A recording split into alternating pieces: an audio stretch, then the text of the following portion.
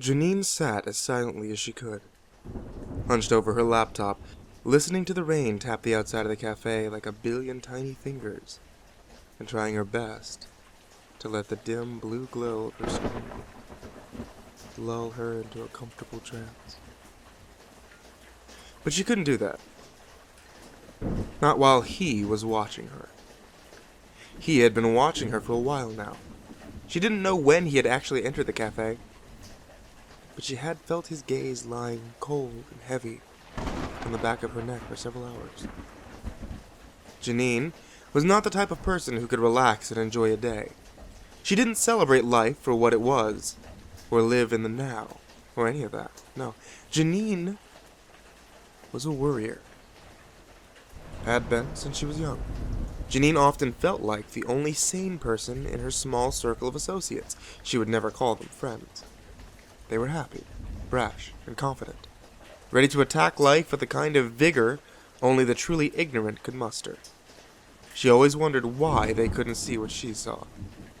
Murder, rape, economic collapse, drought, rampant racism, and corruption that had latched onto every facet of government like a leech. How could they be so upbeat, so happy, when the world they lived in was falling to pieces, rotting, and caving in like the belly of something dead? Janine had become so overwhelmed by what was happening around her that she now rarely left her home. She secluded her way from the outside and its disgusting reality, first trying to cope with the isolation by chatting with people online. When they failed to alleviate her loneliness, she turned to her TV and her gaming systems. But what little entertainment they offered soon soured under her fears. So she had opted to down pills, drink profusely, and sleep as much as she could, in between brief surges of managing her little website, whittling away the days until what? No, she knew what. She just couldn't bring herself to think on that at the moment. Really, this trip to the cafe, the first in a very long time, was just her way of testing the waters, hoping against hope that the world had changed in the time that she had been away. But the grit and grime that covered her little urban sprawl hadn't been washed away in the rain. The news was still bad. The people were still desensitized and crass. The air still stank of fumes. It really was hopeless. Janine heard a car alarm go off, somewhere in the distance. The sound made her wince, and she felt herself mentally taking check of her own body to ward off the fear that was boiling in her gut like bile. Her body was wasted from lack of decent food, her skin was pale from lack of sun, and her hair was greasy. She knew that she smelled ripe, like feet and spoiled milk. And she could taste what she had eaten 3 days before, congealing between her yellowing teeth. And that was just the outside. Janine knew she was faring even worse, just beneath the surface. Her stomach felt deflated, shot through with the occasional pain of hunger or indigestion. Her eyes ached constantly. Her gums ached, and her libido had long since failed her. She was a dying machine, and she knew it. And she wondered if he knew it, too. She chanced to look over her laptop and shuddered. He hadn't moved an inch since she had last looked. His eyes, pale and dull, utterly lifeless, were still fixed on her. He was sealed almost to the opposite side of the cafe, his lanky frame clothed in a gray hoodie and white sweatpants. His feet shod in what looked like white socks of some kind. Janine wondered if the waitress or someone in charge would come over to evict him for defying their no shoes, no shirt, no service policy, but she highly doubted that anyone would want to get close enough to him to even try. Even from across the way, Janine could still tell that there was something deeply wrong about the man.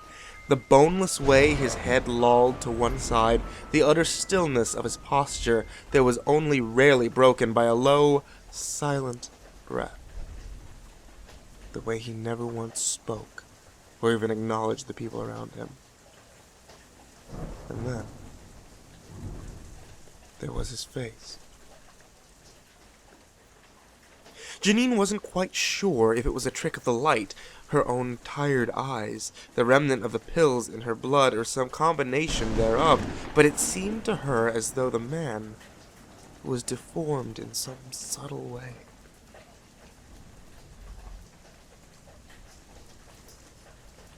The face lacked any facial hair. Even his brows were bare. His skin was pale and clean and utterly devoid of blemishes, like the face of a newborn. His nose seemed to be small and flat. His eyes were perfect ovals with wet, gray orbs set in fleshy sockets, and his lips were thin and colorless.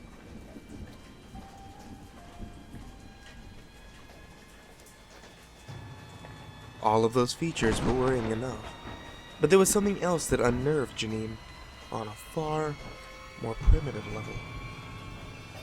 In the entire time that he had been staring at her, the man hadn't smiled or frowned, hadn't parted his lips to breathe, hadn't flared his nostrils, hadn't even blinked. He just stared. Those icy, stagnant water eyes of his bored into her from across the room, studying her, judging her, sizing her up. It was the kind of gaze that she always thought a rapist or serial killer might give a potential target.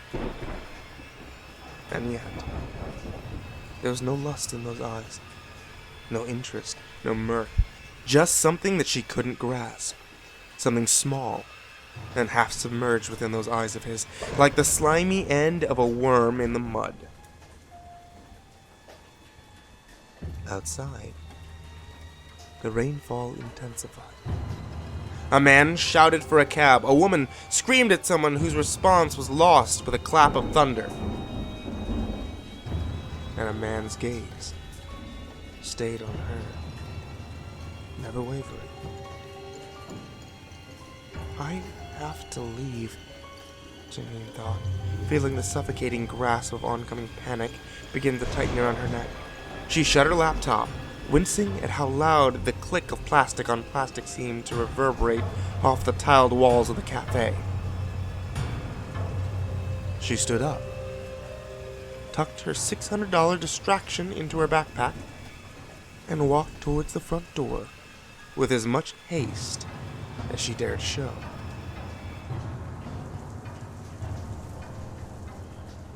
The man followed her tentative, stiff movements with his dull eyes that never blinked. She opened the door and stepped out into the rainy night, glad to be free of his gaze. The rain was refreshingly cold against her warm skin, but Janine found little pleasure in the chill. She was a woman, out alone, at night, in the vast, dark city, which stank of smog and fumes, and the collective funk of thousands of sweating humans clustered together. She wondered if the stink would stick to her skin, if it would ever come off. She had tried to be more considerate, had tried to find one small speck of light in the gloom, but the foul stench that invaded her nostrils, the piss-tasting coffee of the cafe, and the constant noise, and the frightening gaze of the smooth-faced man had proven to her once and for all that she was living in an abattoir. I might as well just leave, she thought, briefly allowing herself to envision her smiling doppelganger riding away from the filthy metropolis in her beat-up Chevy, the sickness in her body being blown away on the fresh rural breeze. But no. She knew that those places held their own dangers too. There were no safe havens in the world. Slap, slap, slap, slap. She stopped in her tracks. Slap, slap, slap, slap. It sounded like bare feet on the concrete. Who would be out here in the weather without shoes? Slap, slap, slap, slap. Probably some druggie, she thought, her mind immediately conjuring an image of a wasted, dirty person in rags, grime-encrusted clothing, reaching out with a gnarled, grungy hand, with entreats for change uttered from between missing teeth. Slap, slap, slap, slap. Janine began to pick up her pace, but to her horror, she found that her withered, nutrient-starved muscles had not yet adjusted to their renewal usage. Slap, slap, slap, slap. I can't turn around, she thought. If it were some bum or junkie, they would have called out already. This is something else. The thought quickened her heart, sent nausea rolling through her stomach, and tightened her throat at the same time. All the images that she had come across that had kept her up at night, all those reports and news stories that she had read, despite her knowing that it would add more weight to her already fracturing spirit, all came rushing back to her like a tidal wave. Slap, slap, slap, slap. She turned a corner and forced herself to run despite the sudden pain that the movement brought. As she did, she turned and gazed behind her. There, still following at the same pace as before, bathed in the eerie, gaudy hues of a dozen neon lights, was the smooth-faced man from the cafe, his pale skin and his eyes glowing in the dimness like some abhorrent fish from the darkest depths of the ocean. Slap, slap, slap, slap.